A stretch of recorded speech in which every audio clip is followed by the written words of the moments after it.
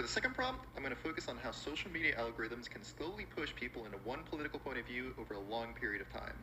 Now, this type of thing does not happen all at once, but instead, the algorithm starts by showing people content that they already agree with, and then, because stronger political content often gets more attention, the platform might keep recommending more extreme versions of the same viewpoint.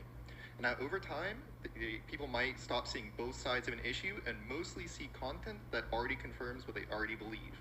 And now, the main ethical issue here is that people might not realize how much social media is shaping their political views.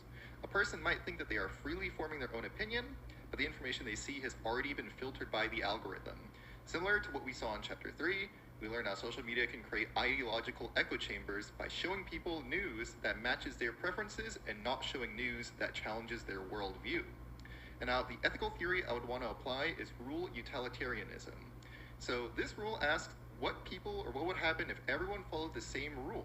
And in this case, I think the rule should be that platforms may adjust algorithms to reduce political polarizations, but they must do it transparently and give users some control.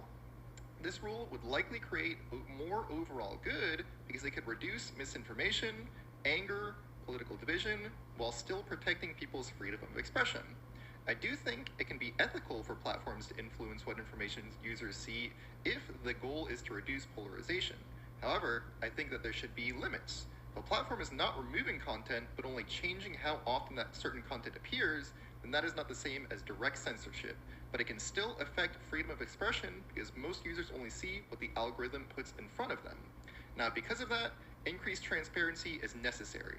Social media platforms should explain how political content is ranked, and it should give users options such as chronological events and feed, mixed balance feed, or a feed that shows more opposing viewpoints.